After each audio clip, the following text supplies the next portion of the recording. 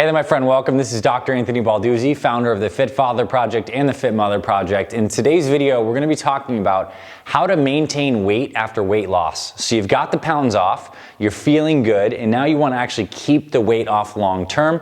In today's video, we're going to cover 7 of the best tips to help you do that. And these are tips that we've used on over 10,000 of our program members over at the Fit Father Project and the Fit Mother Project, where we've helped people lose 20, 40, 50, 100, 200 plus pounds.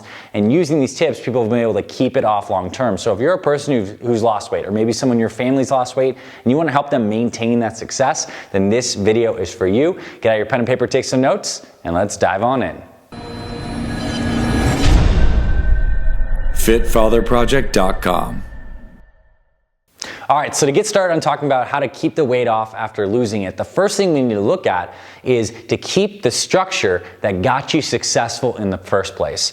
And a big reason a lot of people actually lose weight is because they follow a plan, right? There's a plan with the eating or a plan with the exercise, and there's some structure involved. And when you have structure, it's easy to follow the structure, and then you're able to achieve your goal. And then what happens to a lot of people is once they get to that end destination, they think that the structure that got them there is done, because it got them to Z. And so they lose the structure, and then they start to exist in this nebulous, kind of confusing area of like, well, what do I do next? Like, what plan do I follow? And they start to kind of spin in circles, and they lose the structure that got them successful in the first place. So I'm not saying you have to continue following the exact same diet or the exact same workout that got you to your goal weight, but I am saying that once you get there, you need to maintain this semblance of structure. Because if you lose structure, you lose clarity. And if you lose clarity, you lose your ability to take action consistently, and then guesswork starts to creep in. So the habits that got the weight off are habits you're going to want to maintain, and you want to have structure. Whether that's a new plan that you start, or whether it's rehashing some of the principles of the plan that got you there, do not lose the structure. Keep routine, because routine is going to keep you successful. Second habit, and this is very related to the first one, is to essentially check the 4 boxes every single day. And the boxes are diet, meaning are you doing good with your diet every day? And this does not necessarily mean you're eating X number of protein, carbs, fats, and calories, but checking the box and being conscious about maintaining the same good rhythms with your nutrition, with your hydration. Are you drinking the same amount of water that got you to that point? Because it's a big part of a lot of people's weight loss is they drink a lot of water, keeps the body functioning well, keeps the hunger at bay.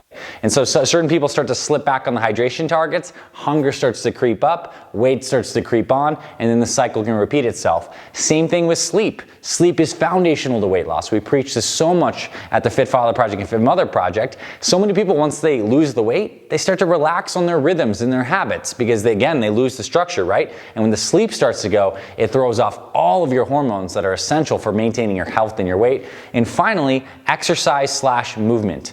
Check these boxes every day. Are you doing something to invest in the exercise box? And now, this might not necessarily mean that you're getting into the gym to do a high-intensity fat-burning workout, or that you're doing a kettlebell complex circuit workout, or that you're lifting weights or going for a run. But every day I want you to check each of these boxes in some manner. So your exercise box or your movement box might be checked by a 30-minute walk. It might be checked by some yoga. It might be checked by riding your bike. But make sure that every single day, once you reach your weight, that these 4 foundational pillars that were key to your plan in getting there, you're investing in those boxes every single day. And if you do this simple thing, if you actually kept a journal and you reflect at the end of the day, diet, hydration, sleep, exercise, movement, did I check these boxes? And you found that, hey man, I screwed up diet today, or my sleep's been off, or you know what, I didn't exercise or move my body at all, I just sat at my desk and worked for 8 hours, then it gives you a signal and a feedback loop the next day to make sure you're staying on your rhythms. This is the big thing about these 2 first points. Your rhythms that you established in your weight loss plan are the thing that got you successful. We need to keep the rhythm going. Keep the drum beating. If you lose the rhythm, you lose the momentum, and then you start the backslip. Number 3 is to start tracking what we call your NSVs, your non-scale victories. Weight loss can be a really motivating process, right? Because you can see your weight incrementally decreasing and you're like, I'm 10 pounds down, I'm 20 pounds down, I'm 30 pounds down. And that's super motivating. It's exciting because you have milestone markers to track your progress. But what happens when you reach mile 100? and you're there. Well, a lot of people only track their progress with the pounds on the scale, and then once you no longer have that metric to kind of reinforce your good behaviors, and you're only thinking about weight tracking, that can be super unmotivating when you no longer have weight to track, right? And it can be a little punitive too, because you're like, now you're just tracking, sticking to a particular number, and if you see any deviations and fluctuations from 200 pounds, for example, you might start to freak out. Now we want to kind of change your psychology and start looking at wins in a more broad perspective. And this is what we call non-scale victories. So what was an NSV for you today? Ask yourself that question all the time when you chart your goal weight. It could be that, man, I actually ran 4 miles and I wasn't able to do that. Or, hey, by the fact that I'm looking better, I got a compliment from someone I hadn't seen in years. Or I inspired someone at my work or in my family to exercise. There's so many different NSVs we can make up. You went to the bar. Normally you would have ordered this drink, but instead you got water. Think about your NSVs in all the areas and track them.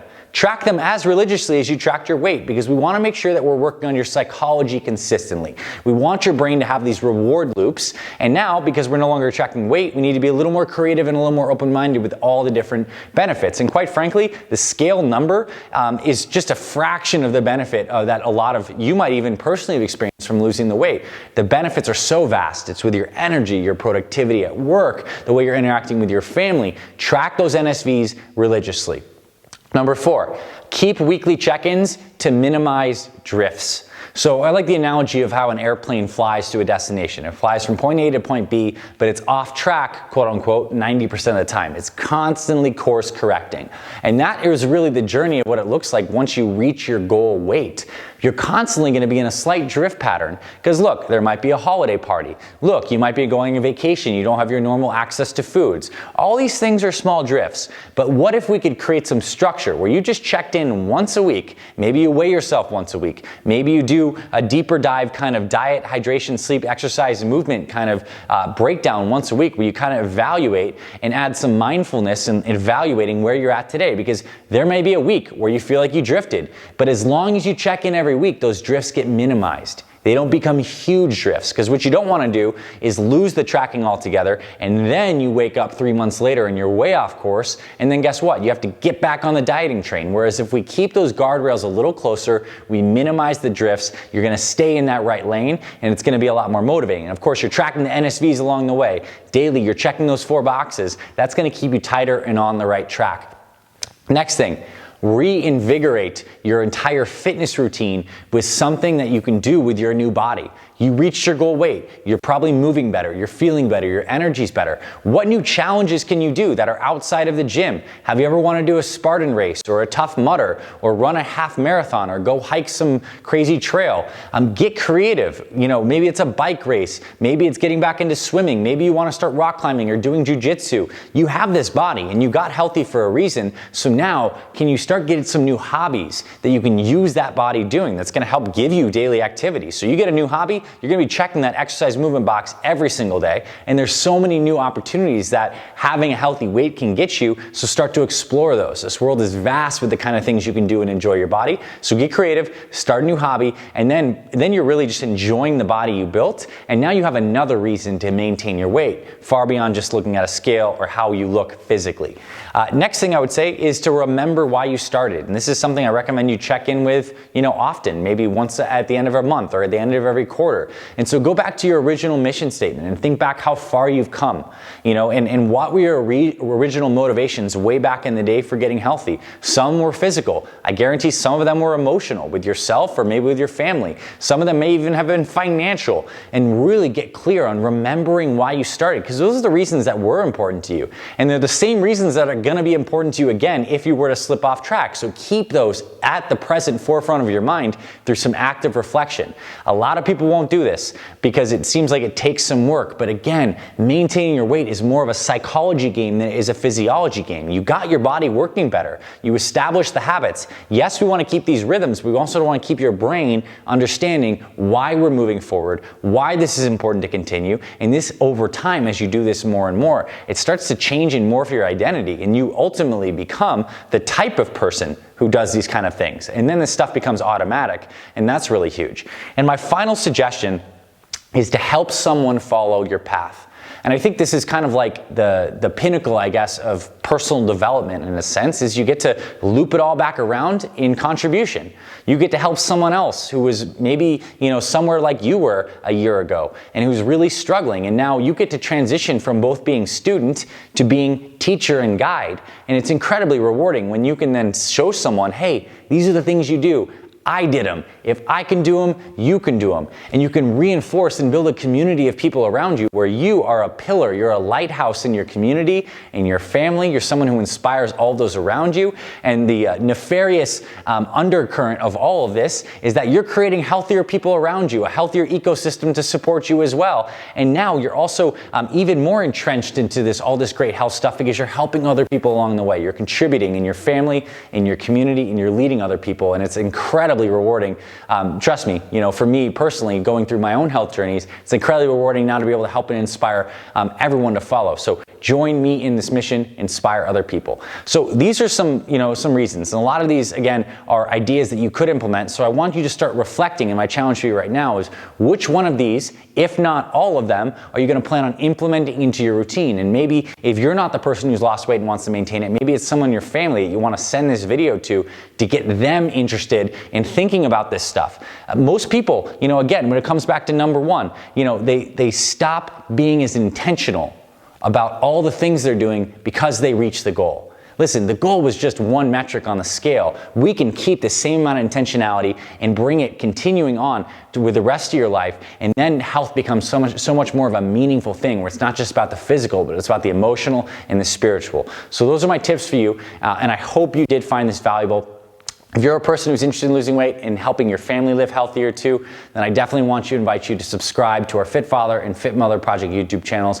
We've helped over 10,000 fathers and mothers lose over 100,000 pounds with our online programs, and we're publishing amazing free content here on our channels, like videos on how to keep the weight off, nutrition and exercise videos on how to actually get the weight off, how to build muscle if that becomes your new goal, how to stretch and move your body so you look and feel younger.